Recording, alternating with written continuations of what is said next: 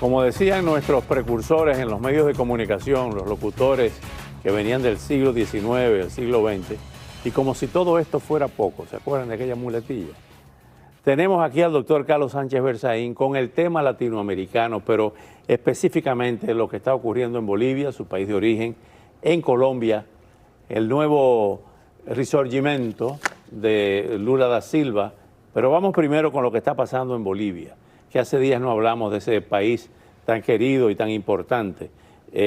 Han arrestado al gobernador de Santa Cruz, un verdadero líder político, y Luis Fernando Camacho, y dicen que lo están sometiendo a torturas. Bueno, lo han secuestrado porque ha sido un operativo cuyos ejecutores seguramente son agentes cubano-venezolanos, encapuchados. Lo han sacado de su sede, que es Santa Cruz, y lo han llevado en un operativo de secuestro a La Paz, donde un juez del régimen ha ordenado su detención preventiva y está en la cárcel de alta seguridad a 4.000 metros de altura, que fue construida para los criminales más peligrosos. Sin embargo, hay que recalcar que el gobernador de Santa Cruz es el preso político número 194 y que después de él ya han tomado como una decena más. O sea, antes de Camacho estuvo presa y está presa política la expresidenta Áñez, el alto mando militar de ese tiempo, la Juventud Cochala, el candidato a la vicepresidencia de Camacho, que era el presidente del Comité Cívico de Potosí. ¿Pero por qué arrestan a Camacho? Porque la reacción ha sido adversa al gobierno de La Paz.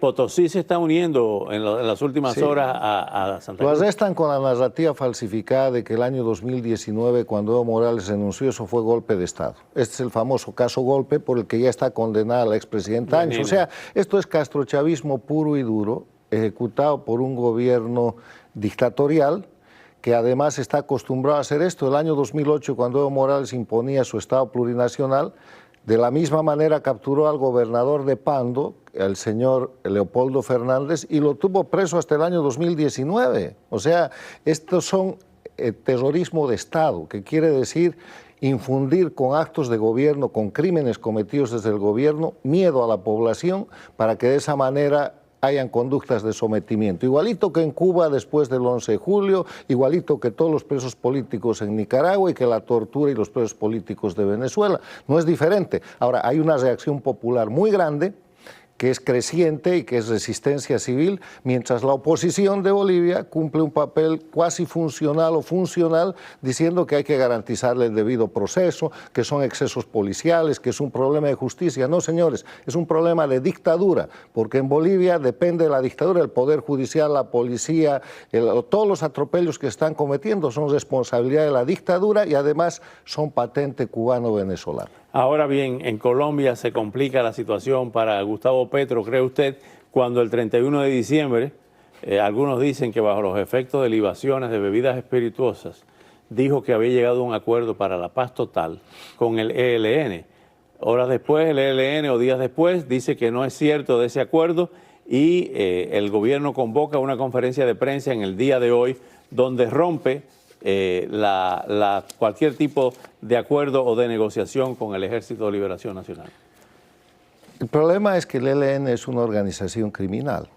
Es una organización criminal guerrillera, asesina y narcotraficante, que durante el gobierno del presidente Duque tuvo a sus jefes protegidos por la dictadura de La Habana, que es la creadora de los ejércitos de liberación nacional en Colombia, en el Perú, en Bolivia. Han habido ejércitos de liberación nacional por toda América Latina. Entonces llega Petro y plantea una solución de paz con ellos.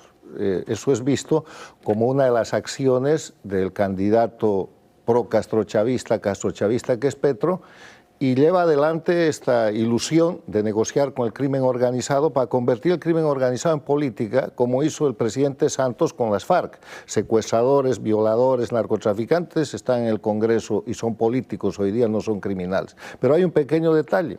El ELN quiere negociar, pero no quiere suspender sus actos criminales de agresión.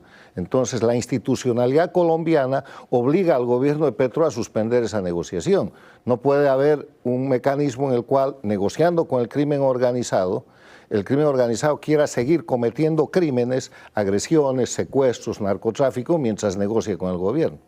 Ahora bien, en medio de todo esto, llega Luis Ignacio Lula da Silva al poder, hay una reunión de la CELAC o del CELAC en Buenos Aires, donde se piensa sustituir a la OEA por el CELAC, sin la presencia de Canadá y de Estados Unidos. Bueno, lo que yo creo que está trabajando el socialismo del siglo XXI y ahora con la llegada de Lula al poder es darle un golpe al secretario general de la OEA. Y si eso les falla, entonces amenazar con este tema de la CELAC, que no funciona.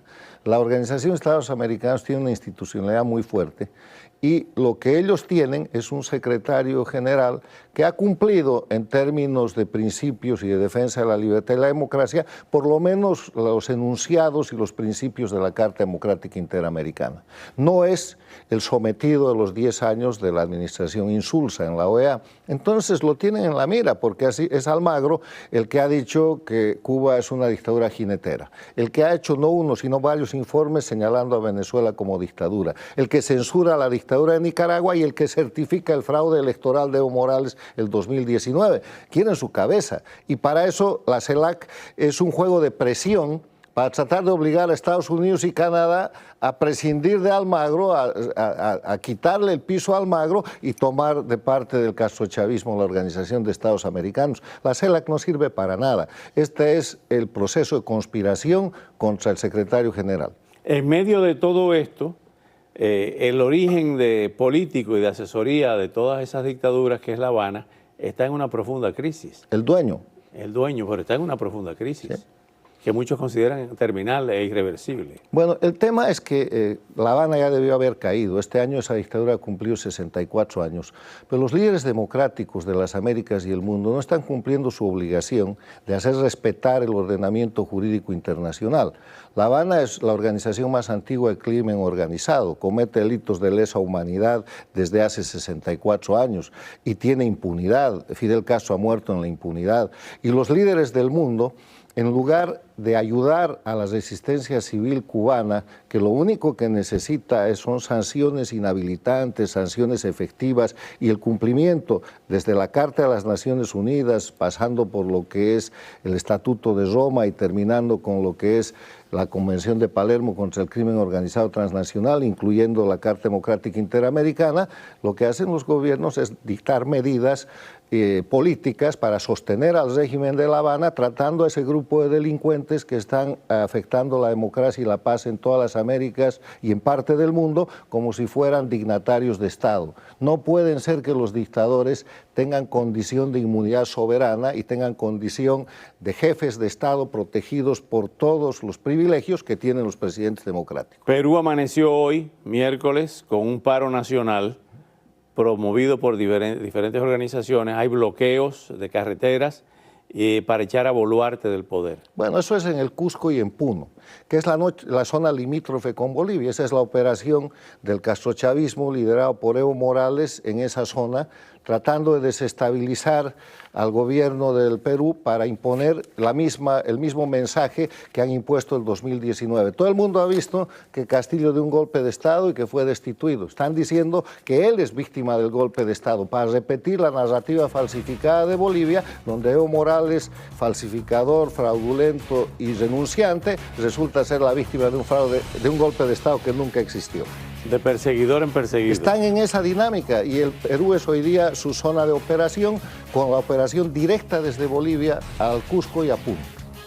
Regresamos de inmediato.